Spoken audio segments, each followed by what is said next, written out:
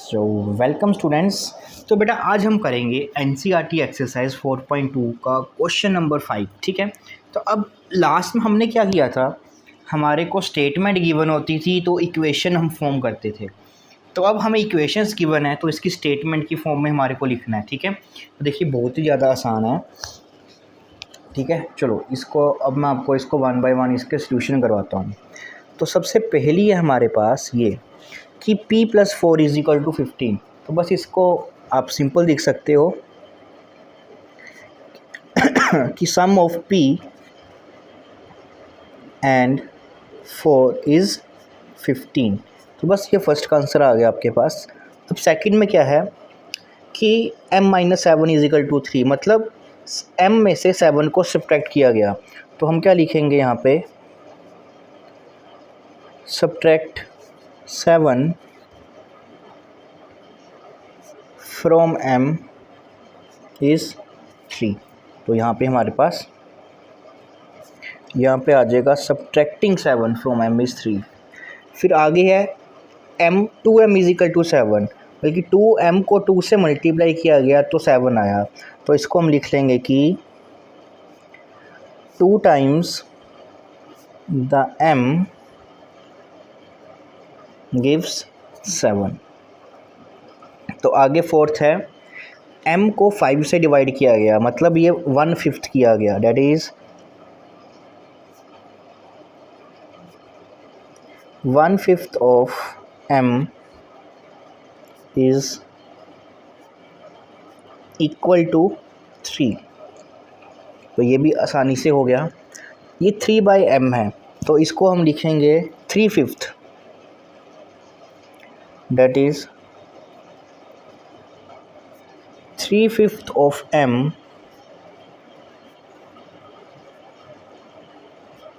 Is equal to 6। फिर आगे है 3p + 4 = 24। अब ये 4 किस में ऐड किया गया है, 3 टाइम्स ऑफ पीक में। तो हम लिखेंगे the sum of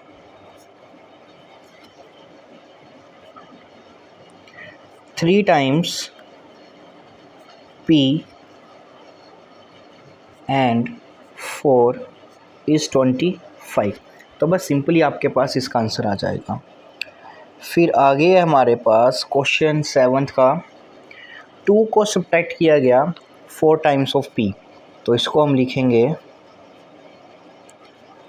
subtracting 2 from, किस में से किया गया, p के 4 टाइम्स में, that is subtracting 2 from 4 times p gives 18। तो ये भी हो गया। अब लास्ट वाला बचा है बेटा, क्या कह रहा है, 2 को ऐड किया गया 1/2 of the p, that is हम इसको ऐसे लिखते हैं the sum of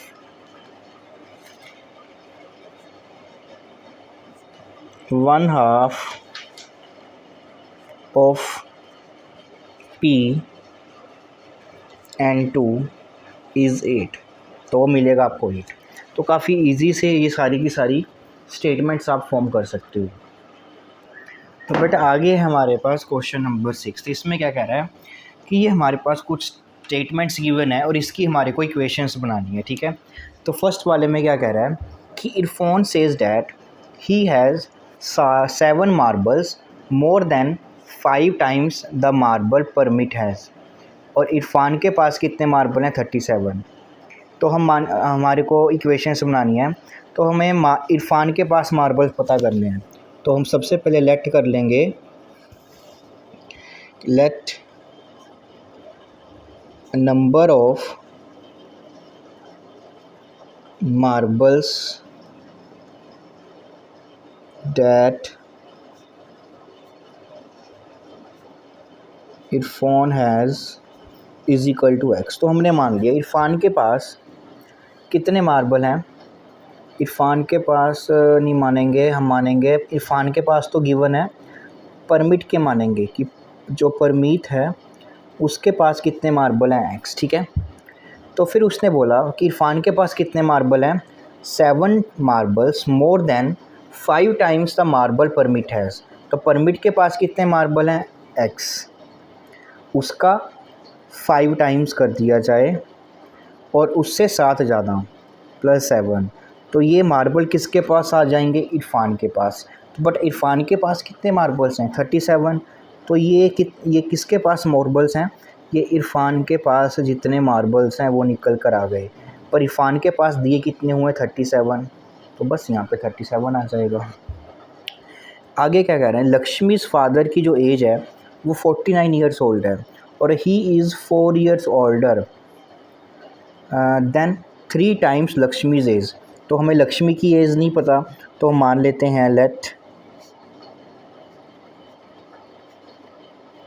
लक्ष्मीज़ as B x. तो लक्ष्मी की एज हमने मान ली एक्स। फिर उसके फादर की एज में क्या बोला गया है कि उसका जो फादर है उसकी एज क्या है कि वो 4 ईयर्स ओल्डर है then 3 times Lakshmi's as. Lakshmi की एज है एक्स, उसका 3 टाइम्स कर दिया जाए तो उससे 4 साल बड़े हैं, मतलब इसमें हमारे को 4 ऐड करना पड़ेगा। तो ये एज किसकी आ जाएगी? लक्ष्मीज़ के फादर की। बट लक्ष्मीज़ फादर की एज कितनी है? 49। तो मतलब इन दोनों को क्या होना पड़ेगा? इक्वल होना पड़ेगा। तो बस बेसिकली हमारे पास ये बन गई हमारी उसकी इक्वेशन। इसी तरह से आगे भी हम सॉल्व करेंगे बहुत ही आसान मेथड से। क्या कह रहा है? The teacher tells the class the highest marks obtained by a student in her class is twice the lowest marks plus 7। the highest score कितनी है? 87। तो हमारे को हाईएस्ट स्कोर की वरना लोवेस्ट नहीं पता, तो हम लेट कर लेंगे लेट लोवेस्ट मार्क्स जो भी आए वो एक्स आए। फिर आगे बोला जाता है कि highest marks obtained by a student in her class is twice the lowest marks. जितने भी लोएस्ट मार्क्स आए उसका ट्वाइस किया जाए प्लस 7। तो वो किसके इक्वल आ जाएंगे? हाईएस्ट मार्क्स के। बट हाईएस्ट मार्क्स कितने हैं यहाँ पे आपके पास? वो आपके पास गिवन है 87। तो यहाँ पे आपके पास आ जाएगा 87। ये जो मार्क्स आई हाईएस्ट के आए ना, पर हाईएस्ट कितने गिवन है? 87। तो दोनों को क्या होना पड़ेगा? इक्वल। अब लास्ट पार्ट बचा है हमारे पास इस एक्सरसाइज का। क्या है इसमें? In an isosceles triangle vertex angle is twice the either the base angle. ठीक है, तो सबसे पहले हम एक आइसोसेलेस ट्राइंगल बना लेते हैं। तो ए बी एंड सी। तो बेटा इस आइसोसेलेस ट्राइंगल में क्या होता है, हम मानते हैं कि ये दोनों साइड इसकी इक्वल हैं। तो जो ये एंगल्स होते हैं ना, ये वाले दोनों एंगल्स इसके इक्वल होते हैं।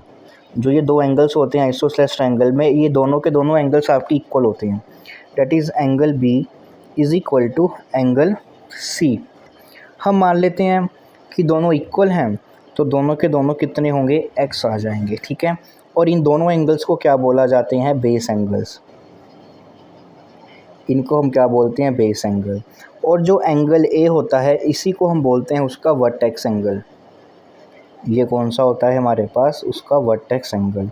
तो क्वेश्चन में क्या कह रहा है कि the vertex angle is twice either base. मतलब कि जो वर्टेक्स एंगल है उसका वो बेस एंगल के ट्वाइस है। मतलब हम ये बोल सकते हैं कि जो एंगल ए है, बेस एंगल हमने क्या माना है? उसका एक्स माना है, तो ये भी एक्स होगा, तो ये भी एक्स। तो एंगल ए के बारे में बोल रहा है कि वो इसका ट्वाइस है, तो एंगल ए यहाँ पे कितना आ जाएगा? आपके पास 2x आ जाएगा। मतलब ये एंगल कितना हो जाएगा? 2x हो जाएगा। और हमें पता है कि इन तीनों एंगल का सम कितना होता है हमारे पास? 180। तो इनको ऐड कर देते हैं, that is 2x plus x plus x. इन तीनों एंगल का सम कितना आ जाएगा? 180 डिग्री हमारे पास। अब ये कितने एक्स हैं? 2। एक ये पड़ा, एक ये पड़ा, तो टोटल 2 3 4, तो ये बन जाएगा 4x is equal to 180 degree. तो यही हमारे पास बन जाएगी, उसकी इक्वेशन बन जाएगी। ठीक है, तो काफ़ी इजी क्वेश्चन है, मैं आपको बहुत ही सिंपलेस्ट वे में आपको समझाने की कोशिश की है। तो यहीं पे बेटा हमारी एक्सरसाइज 4.1 कंप्लीट होती है। तो आगे हम सीखेंगे कि जो ये हमने इक्वेशंस की फॉर्मेशन तो सीखी इस चैप्टर में, इस एक्सरसाइज में हमने इनकी इक्वेशन की फॉर्मेशन सीखी है। तो आगे सीखेंगे कि इनके सोल्यूशन कैसे निकालते हैं ना, तो वो हम अगली क्लास में आपको सीखेंगे। ठीक है, अगले लेक्चर में हम आपको सब कुछ ईज़ी वे से समझाऊँगा और इतने अच्छे से ये समझाने वाला हूँ ना कि आप लाइफ़ टाइम कभी नहीं भूलोगे, ठीक है? तो मिलते हैं अगले लेक्चर में।